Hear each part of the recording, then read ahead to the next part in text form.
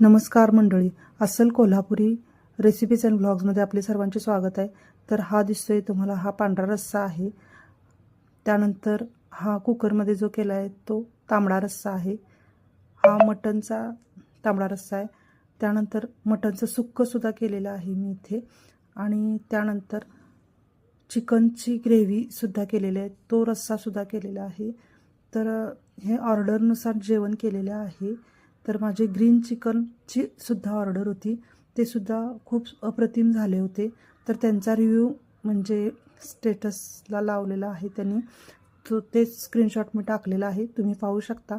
हे ग्रीन चिकनसुद्धा खूप छान झालेलं होतं, आणि तांबडा रस्सा सुक्कं हे सुद्धा सुंदर झालं होतं।